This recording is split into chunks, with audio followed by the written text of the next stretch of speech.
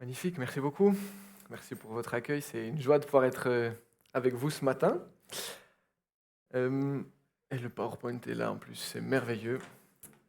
Donc ce matin, on va ouvrir la parole ensemble et puis se laisser travailler, transformer par ce texte de Ésaïe 6. Oh, c'est merveilleux, il y a même la petite... Super, merci beaucoup. Donc, je m'appelle Mathieu Haussmann, j'ai 21 ans, j'ai grandi dans le nord vaudois, tout proche de Yverdon, pas si loin d'ici. Et je connais Estavayer pour votre mini-golf. Ah, vous connaissez un peu? Ouais, super. Vous avez la super spécialité d'avoir une crêperie avec, et puisque ma femme aime beaucoup les crêpes et que j'aime beaucoup gagner au mini-golf, on y trouve chacun son compte, si on joue tous les deux. Donc, on est mariés avec Éléonore depuis cet été, l'été passé. On habite à Cossonay, où je suis pasteur stagiaire à l'église évangélique de Cossonay à mi-temps. Et puis à côté, je suis aux études en théologie à la HET Pro à Saint-Légier, donc ex-Emmaüs. J'y apprends énormément de choses sur Dieu, sur moi-même et sur le métier pour lequel je me forme. Et j'aime vraiment trop ça. Donc ce matin, on va parler de Ésaïe 6, cette rencontre que Ésaïe fait du Seigneur. On va lire le texte tout à l'heure ensemble. Et puis en guise d'introduction, on va se poser cette question: où se fonde notre espérance chrétienne? On a la foi en Dieu, on espère, mais pourquoi? Qu'est-ce que c'est le fondement de notre espérance, de notre différence dans ce monde en tant que chrétien? Ça veut dire quoi, espérer en Dieu?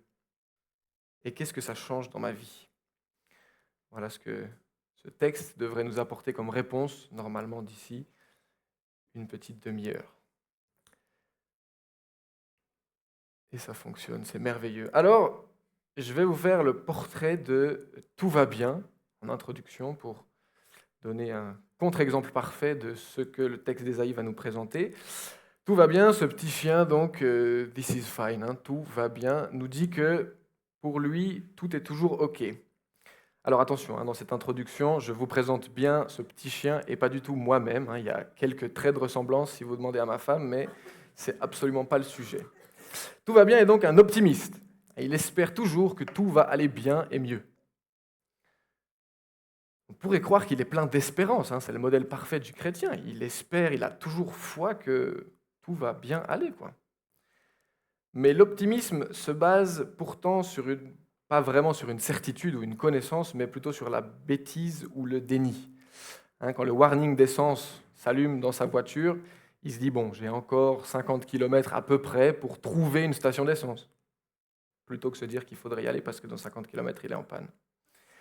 Il sait qu'il met 9 minutes pour aller au boulot le matin, il commence à 8 heures, si à 7h50, il est encore dans son lit, en théorie, il n'est pas encore en retard. S'il fait tout en 1 minute, il sait qu'en 9 minutes, il peut être à l'heure. C'est donc son optimisme, son déni, son ignorance du temps qui passe, qui le met en route et qui le fait avancer, qui guide ses actions, qui le met en route et qui le met donc en panne et en retard, très souvent, trop souvent. Alors nous, qu'est-ce qui nous met en route? Qu'est-ce qui guide mes actions? Qu'est-ce qui décide de ce que je fais et de comment je vais agir? Au lieu de parler donc de l'inconscience ou du déni de ce pauvre petit chien, tout va bien, on va parler de la certitude, et non du déni, de la connaissance sur laquelle se base notre espérance de chrétien. Et qu'est-ce qui guide nos actions et tout ce qui en découle. Et pour cela, on va lire ce chapitre 6 de Ésaïe qui nous présente une vision de Dieu. Dans cette partie du chapitre 6, le prophète va comprendre qui est Dieu. Il va avoir une vision de qui est son Dieu, et par là, il va comprendre lui-même quelle est sa propre mission de prophète. Dans les chapitres 1 à 5, juste avant, nous sont présentés les dégâts qu'engendre le péché, en résumé. Ces 5 chapitres qui nous présentent 2 possibilités, 2 cités, 2 royaumes qu'on peut servir. Celui de Dieu ou celui du monde, celui des ténèbres. Pas de possibilité de tiédeur, de un petit peu dans les deux, de quand j'ai envie, je choisis dans lequel je vais servir. Dieu nous présente, ou le prophète nous présente, en portant la parole de Dieu dans ces 5 chapitres, que le peuple n'a pas vraiment compris qu'il faut choisir un des deux. Ils font complètement faux, on le verra ensemble. Ils ne sont pas sur le bon chemin. Ils placent en fait leur confiance en leur propre puissance militaire, leurs alliances avec le nord, la Syrie, l'Égypte, le sud. Ils ne sont pas trop sûrs, mais ils n'ont pas trop besoin de Dieu apparemment. Ils sont sûrs d'y arriver avec leur propre force. C'est plus simple, c'est plus sûr, selon ce qui nous est présenté. Et on comprend aussi dans cette introduction, ces 5 chapitres, que Dieu pourrait détruire tout le péché, et donc tous les humains, son peuple, pour que sa justice soit totale. Dieu déteste le péché, donc il pourrait décider de tout virer, de tout recommencer. Mais ce chapitre 6 va nous montrer que Dieu ne veut pas uniquement la mort et la destruction du péché, bien que, évidemment, ça fait partie de sa justice, mais il veut la transformation intérieure des pécheurs, de son peuple, le peuple d'Israël pour cette époque de Ésaïe, et nous, aujourd'hui, son peuple, ses enfants. Et c'est notre rencontre, la vision qu'on a de Dieu, c'est sur cette connaissance-là qu'on doit être fondé pour comprendre cela. Alors ce matin, on va suivre les 4 étapes que le prophète traverse lui-même, auxquelles le peuple de Dieu est appelé derrière Ésaïe, on le comprend, et auxquelles nous-mêmes sommes appelés pour être transformés de l'intérieur. Alors lisons ces 4 premiers versets. L'année de la mort du roi Osias, j'ai vu le Seigneur assis sur un trône très élevé. Le bord inférieur de son vêtement remplissait le temple. Des séraphins se tenaient au-dessus de lui. Ils avaient chacun 6 ailes, 2 dont ils se couvraient le visage, 2 dont ils se couvraient les pieds et 2 dont ils se servaient pour voler. Ils se criaient l'un à l'autre, « Saint, Saint, Saint est l'Éternel, le Maître de l'univers. Sa gloire remplit toute la terre. Les montants des portes se sont mis à trembler à cause de la voix qui retentissait, et le temple a été rempli de fumée. » Voilà le point de départ de l'appel du prophète. Ce n'est pas d'abord Dieu qui parle à Ésaïe pour lui dire quoi faire et comment il doit le faire, mais c'est d'abord Ésaïe qui voit Dieu, qui comprend qui il est, et par là qui va comprendre son ministère. Par la suite, les versets que nous lirons tout à l'heure.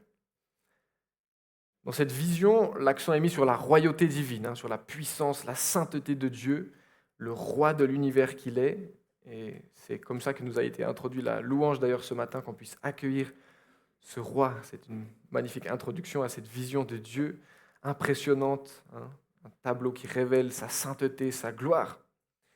Et cette vision va faire prendre conscience à Ésaïe au plus profond de lui-même qui est Dieu, un Dieu 3 fois saint, le texte nous dit, l'Éternel, donc pas limité dans le temps, le Maître de l'univers, pas limité dans l'espace, illimité dans tout ce qu'on peut imaginer. Et une telle vision de notre Seigneur engendre de profondes prises de conscience chez le prophète. C'est cette rencontre intérieure-là qui va le mettre en route. Alors on l'a dit, le peuple avait une mauvaise vision de Dieu, lui. Au contraire, il était embourbé dans des rites et des pratiques extérieures qui ne plaisaient absolument pas à Dieu. On le lit entre rapidement 3 versets, 11, 13 et 15. L'Éternel qui gronde son peuple. « Que m'importe la quantité de vos sacrifices, dit l'Éternel, je n'y prends aucun plaisir. Cessez d'apporter des offrandes illusoires. Je ne supporte pas de voir l'injustice associée aux célébrations. Quand vous tendez les mains vers moi, je détourne mes yeux de vous. » Des paroles sévères, parce qu'il n'y avait aucune transformation intérieure dans ce peuple d'Israël. Ils pratiquaient le mal, se plaisaient dans le péché sans aucun problème, tout en croyant que si les apparences étaient soignées, si les rites, les sacrifices étaient faits, Dieu serait satisfait, ou ne les embêterait en tout cas pas trop. Mais Dieu n'est pas un Dieu d'apparence. Et c'est ce que la vision d'Ésaïe nous dépeint ici, c'est un Dieu très élevé, exalté, complètement au-dessus de ce genre de manipulation par des rites ou des sacrifices. Dieu désire être plus proche de nous, il désire notre transformation.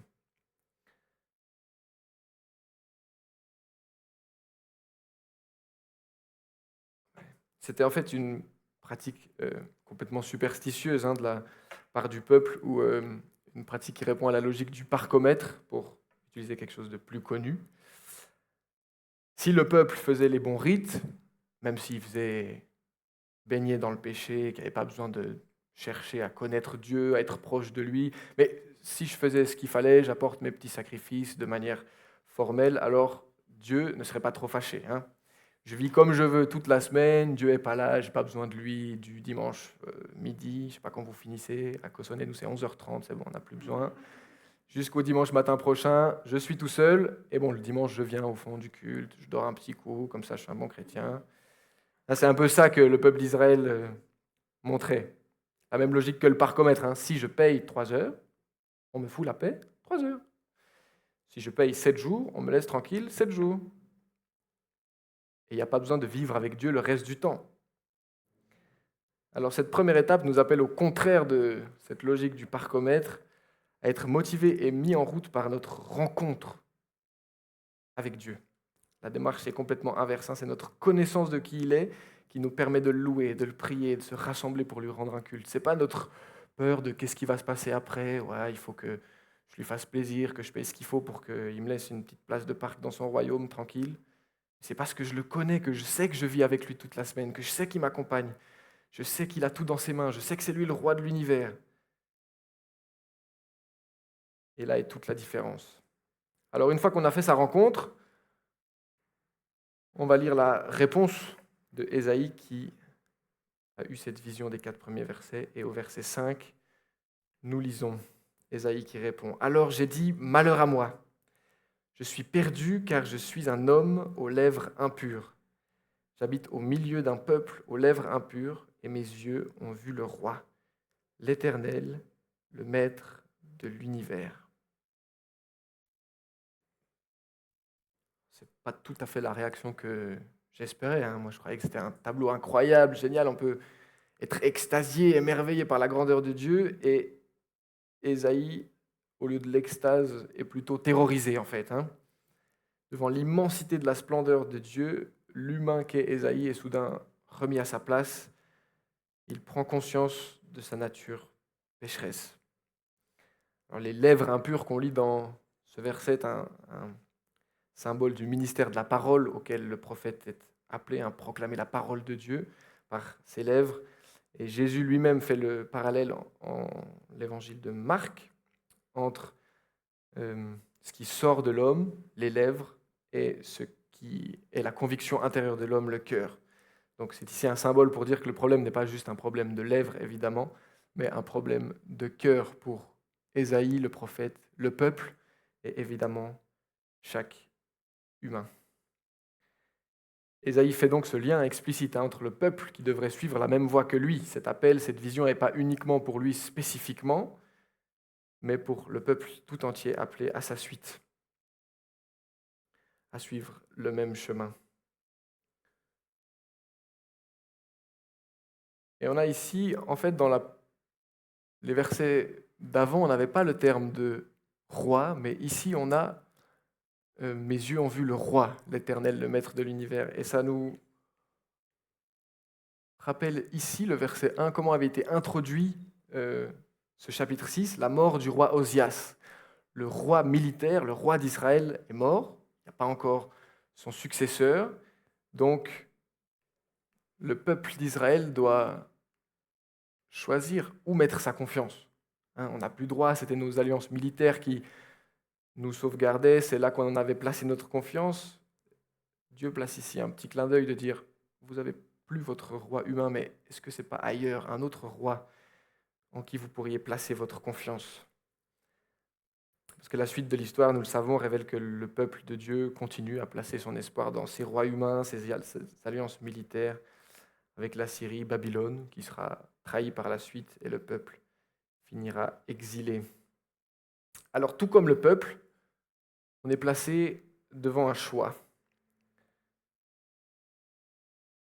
celui de mettre notre espoir dans l'homme, hein, le roi humain. On n'est plus tout à fait dans une monarchie avec un roi comme Israël ou d'autres époques, mais on peut avoir plein de rois, plein de maîtres, hein, notre bon système de santé suisse. On a plein de raisons de mettre notre confiance plutôt dans l'humain ou dans nous-mêmes que dans Dieu. Et du coup, essayer de l'écarter de l'équation, ou alors de reconnaître humblement, comme le fait Ésaïe, la grandeur de Dieu, sa royauté, et donc agir en conséquence. Et ce choix, on peut l'observer dans la société. Hein. Ésaïe confesse ses péchés, confesse sa petitesse, qui il est, et confesse donc la grandeur de Dieu, et remet les choses dans la bonne perspective, juste. Ce n'est pas moi qui suis en maîtrise, c'est Dieu le maître de l'univers. Et en plus, ça fait tellement du bien de réaliser ça. Mais dans la société, on a également ces choix hein, qui sont contraires à la confession, se dire tout va bien. Hein, la crise écologique, tous les guerres, ce qu'on traverse, il n'y a pas de souci, on ira sur Mars, la technologie nous sauvera, on trouvera d'autres moyens. On n'a absolument pas besoin de s'imaginer un créateur ou un Dieu.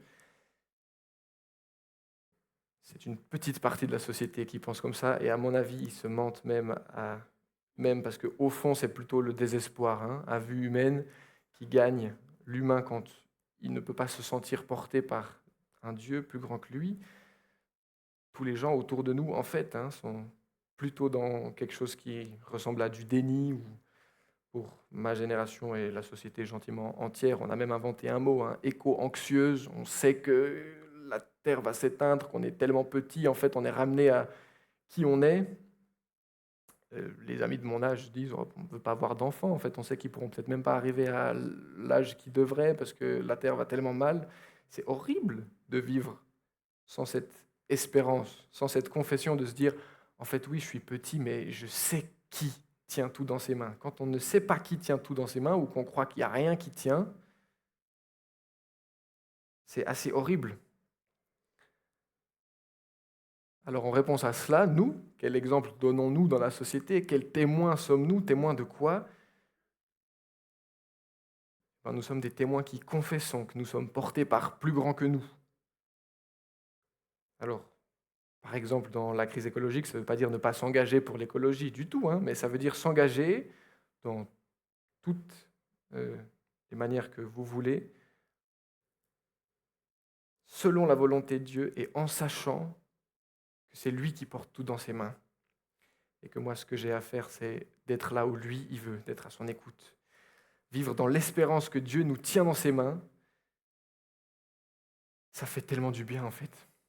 Confesser, ça paraît être la partie difficile de ces 4 étapes, de se dire « Ah ouais, en fait, je suis petit, en fait, je suis pécheur. » Et en fait, pourtant, ça nous libère tellement de sentir que c'est lui qui tient tout. Et c'est parce que j'ai fait sa rencontre que je peux le confesser. C'est parce que je sais qui il est que je peux savoir quelle est ma place devant lui. Étape 1, étape 2. Passons à l'étape 3, la réponse du Seigneur à un Ésaïe terrorisé. Cependant, l'un des séraphins a volé vers moi, tenant une braise qu'il avait prise sur l'autel à l'aide de pincettes. Il a touché ma bouche avec elle et a dit, « Puisque ceci a touché tes lèvres, ta faute est enlevée et ton péché est expié. »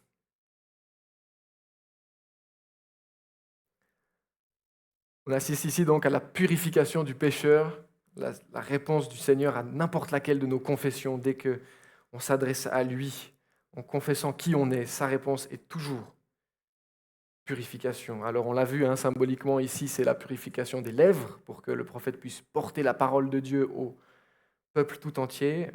Mais donc on l'a compris avec le parallèle de l'évangile de Marc tout à l'heure, c'est la purification du cœur intérieur, hein, de l'être tout entier. Le Seigneur qui établit Ésaïe dans un nouveau statut. Et on a peut-être là ici une clé du fondement de l'espérance chrétienne qui est la nôtre. Où se fonde-t-elle? Elle se fonde là. Dieu fait grâce. La réponse de Dieu à ma confession, c'est toujours la purification. Lorsqu'on rencontre et qu'on confesse notre petitesse et notre péché, lorsqu'on veut marcher selon la volonté de Dieu, en sachant que c'est lui qui tient tout dans ses mains, alors le Seigneur nous répond toujours, comme à Isaïe, ta faute est enlevée et ton péché est expié. Et Paul l'affirme également aux Éphésiens, et ces paroles sont encore pour nous aujourd'hui. Dieu est riche en compassion à cause du grand amour dont il nous a aimés, nous qui étions morts en raison de nos fautes. Il nous a rendus à la vie avec Christ. C'est par grâce que vous êtes sauvés. Là, voilà la différence fondamentale, le fondement de notre foi, de notre espérance, ce qui change toute notre vie. C'est qu'on connaît l'issue de la partie. Et on peut encore faire un parallèle avec la société, les gens qui nous entourent, nos voisins, ceux qui ne connaissent pas ce Dieu de grâce. Ils ne connaissent pas l'issue de la partie, en fait. Ils ne savent pas où c'est que ça se termine. Qu'est-ce qui arrive ensuite? Qu'est-ce que je vais devenir?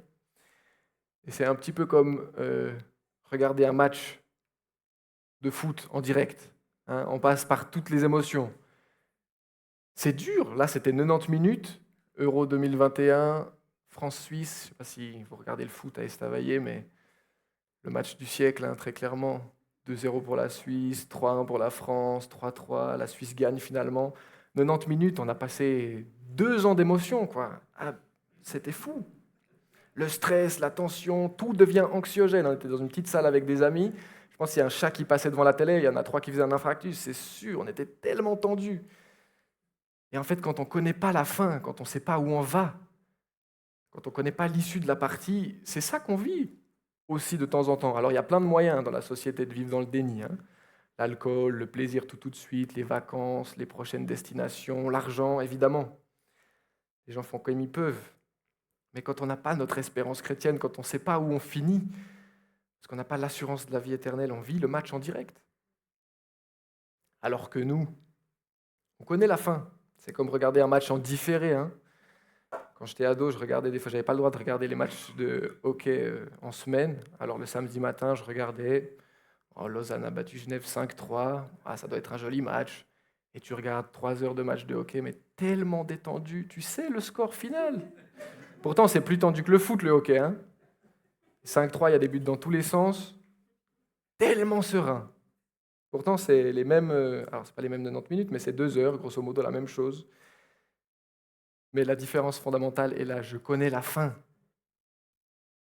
Notre espérance nous fait connaître l'issue. Elle change tout parce qu'elle nous promet la vie éternelle par grâce.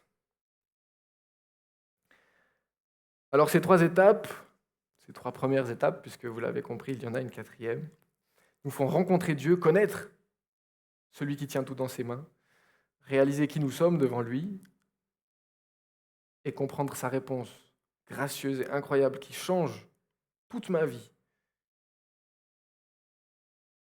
Alors ensuite, Dieu nous appelle à nous mettre en route. Et on va lire ce que Ésaïe entend, et ce que Dieu lui dit pour le mettre en route. J'ai entendu le Seigneur dire, qui vais-je envoyer et qui va marcher pour nous?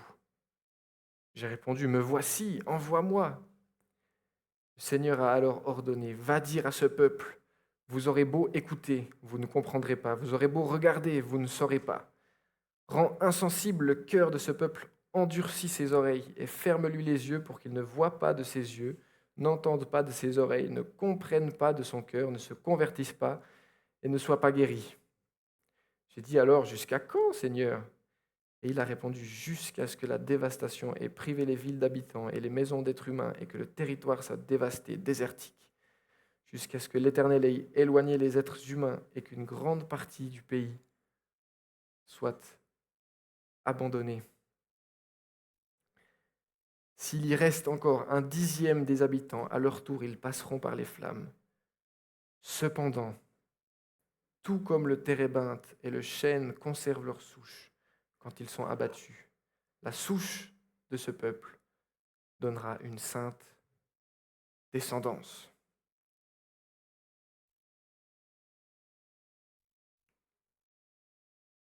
Ah, je ne sais pas la suite. Ah si, merveilleux. Alors, on va rester sur le texte. Voilà l'appel d'Ésaïe, pas spécialement alléchant, hein, appelé à annoncer le jugement de Dieu. Sa justice doit triompher. La justice de Dieu est en fait déjà prononcée dans les cieux et Ésaïe est appelé à l'annoncer, lui, au peuple. On retrouve le symbole de la purification des lèvres, hein. Le prophète est appelé à être le porte-parole du Seigneur. Barry Webb, qui a écrit un commentaire sur le livre d'Ésaïe, dont je me suis grandement inspiré pour cette prédication, résume que c'est l'absence même de réaction du peuple qui sera un aspect du jugement de Dieu contre lui. Le peuple est en fait tellement endurci dans l'indifférence du Seigneur, il n'a tellement loin d'avoir une vision correcte de qui est leur Dieu, qu'ils baignent dans l'arrogance et qu'ils vont en goûter les fruits amers, la dévastation et l'exil. Alors la mission d'Ésaïe ne fait pas spécialement envie, hein. Ces versets m'ont questionné sur nos motivations à nous mettre en route, mes motivations à me mettre en route et à me mettre au service de Dieu. Qu'est-ce qui me pousse à l'annoncer et à être témoin? Et souvent, pour moi, c'est plutôt l'envie de résultat, quoi. Si je vais oser parler à quelqu'un, essayer de témoigner, c'est parce que je me dis, lui, je sens qu'il n'est pas loin, je pourrais avoir une réussite, quoi. Si c'est juste pour annoncer, avoir aucun résultat, aucun fruit, sympa, mais il y en a plein d'autres. Pourquoi moi? Et pourtant, comment mesurer la réussite de notre témoignage, des chrétiens que nous sommes? Ce texte m'a en fait réfléchir sur comment je mesurais la réussite de témoigner. Et en fait, avec cette bête réflexion à la première lecture, je me suis dit, en fait, c'est vrai. J'estime que je suis un bon témoin si jamais la personne se convertit ou est ouverte, intéressée et ne me ferme pas la porte tout de suite. Et avec ces 3 étapes qu'on a avant ces versets-là, ce texte nous donne peut-être une perspective de réussite basée uniquement sur l'obéissance de la voix de Dieu. Notre mission d'être témoin du Christ est fondée sur la rencontre et la connaissance de notre Dieu. C'est là le point de départ qui doit me motiver à me mettre en route. C'est pas uniquement sentir que peut-être là non, là je vais me faire plutôt remballer, donc je dis rien. Alors évidemment, on a le droit d'être un peu intelligent, puis quand la porte se ferme, on ne va évidemment pas sortir la bazooka évangélique et lancer des versets, hein. Forcément, on est humain, on est dans la société, c'est normal. Et d'un autre côté aussi, notre amour pour notre prochain, se dire « Ah oui, lui, il est vraiment proche, il est en recherche, je vais mettre les bouchées doubles avec cette personne, me concentrer encore plus. » C'est tout à fait normal.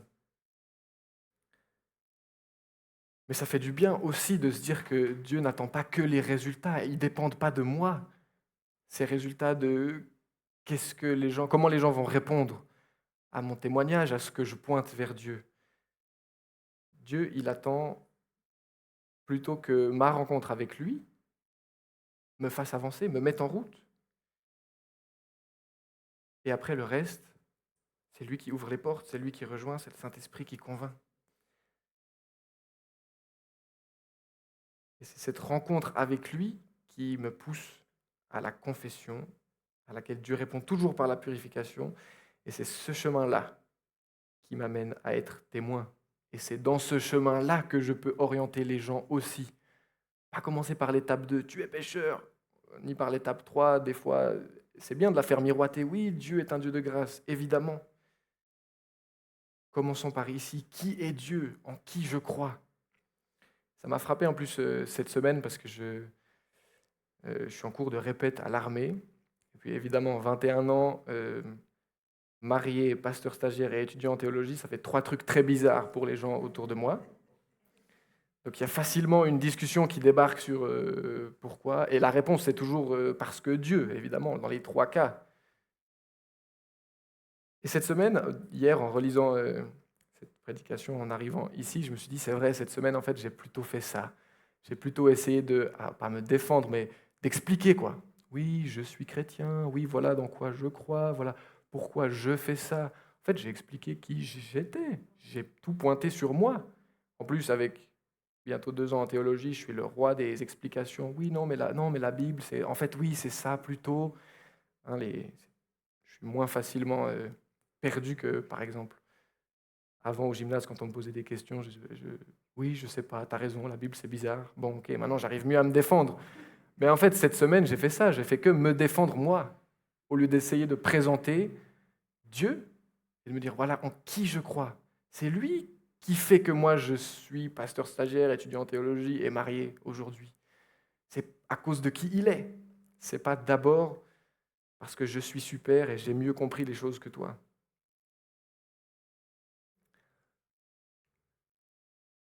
Alors voilà la mise en pratique. Nous sommes appelés à l'annoncer lui, quel qu'en soit le prix. On voit que Ésaïe, c'est pas spécialement alléchant. Heureusement, on a des appels un peu plus confortables. Chrétien en Suisse, même à Estavayer, c'est assez bien comme situation. C'est moins bien que le canton de Vaud, mais ça va. Non, je rigole. Vous avez un mini-golf avec des crêpes. Alors le portrait qu'on peut dresser de Ésaïe est un bon exemple à suivre en guise de mise en pratique. C'est un homme qui a une vision d'envergure de Dieu.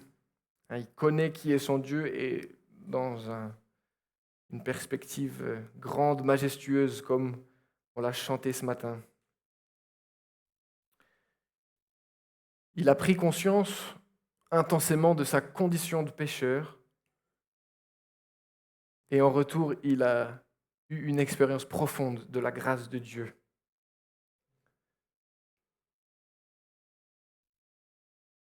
Il a donc une disposition à donner et à être donné à son service, quel qu'en soit le prix. Et si ces 4 étapes étaient pour le prophète et le peuple de Dieu 7 siècles avant Jésus-Christ, prions que ces 4 étapes soient pour nous aussi encore aujourd'hui. Alors est-ce qu'on peut essayer de faire dialoguer tout va bien avec Ésaïe? L'IA nous permet de faire des trucs incroyables. Hein. J'ai dû recommencer 8 fois parce qu'il me mettait le prophète avec une tête de chien, mais il a finalement compris ce que je voulais. En fait, la vie entière et les actions de tout va bien sont basées sur le déni et l'ignorance de ce qui va se passer, de qui je suis, de qui tient tout dans ses mains, je ne sais pas, donc je ne fais rien.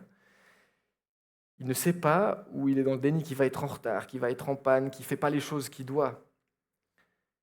Au contraire, notre vie à nous et nos actions peuvent être basées sur la connaissance et la certitude.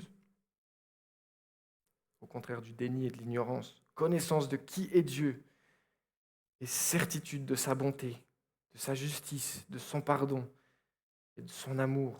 Connaissance de qui il est. Et oui, tout va bien, on n'avait pas tout compris. Ouais, tout à fait.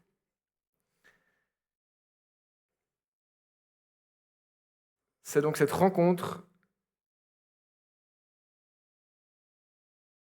qui me met en route. Ma rencontre avec Christ, pas uniquement au sens de la conversion, mais ma rencontre continue. Mon culte personnel, ma lecture de la Bible, ma admiration de la nature, de la création, du Créateur, ma connaissance profonde de qui il est, ma confession de qui je suis devant tout ça, et sa grâce envers moi qui me réélève après ma confession de tout petit, sa grâce qui m'élève au statut injuste d'enfant de Dieu, enfant du roi des rois, à cause de son amour. Tout ça me rend porte-parole du Seigneur. Alors mettons-nous en route, comme le prophète Ésaïe, pour être les porte-paroles du Seigneur. Je vais terminer par la prière. Et Seigneur, merci pour ce roi majestueux, ce maître de l'univers que tu es, que nous pouvons lire dans ta parole. Merci parce qu'il est bon de pouvoir comprendre qui nous sommes dans la création, dans le plan que tu as pour nous, et comprendre aussi notre petitesse devant toi. Merci par-dessus tout pour ta grâce, ton amour qui nous élève au statut d'enfant de Dieu, qui pardonne comme notre rencontre peut être continue, ta grâce l'est aussi à chacune de nos confessions, chacune de nos erreurs. Tu nous as déjà pardonné. Et aide-nous à nous mettre en route, à être des témoins comme toi tu le veux, sans pression, parce qu'on n'a pas tous les mêmes appels, on n'est pas tous placés au même endroit, on n'a pas tous les mêmes dons, les mêmes qualités, les mêmes contacts. Mais Seigneur, aide-nous à comprendre un petit bout de plus de où tu nous veux, comment tu veux, qu'on soit tes témoins et tes porte-paroles, qu'on puisse pointer vers toi, cette société qui en a tellement besoin. Amen.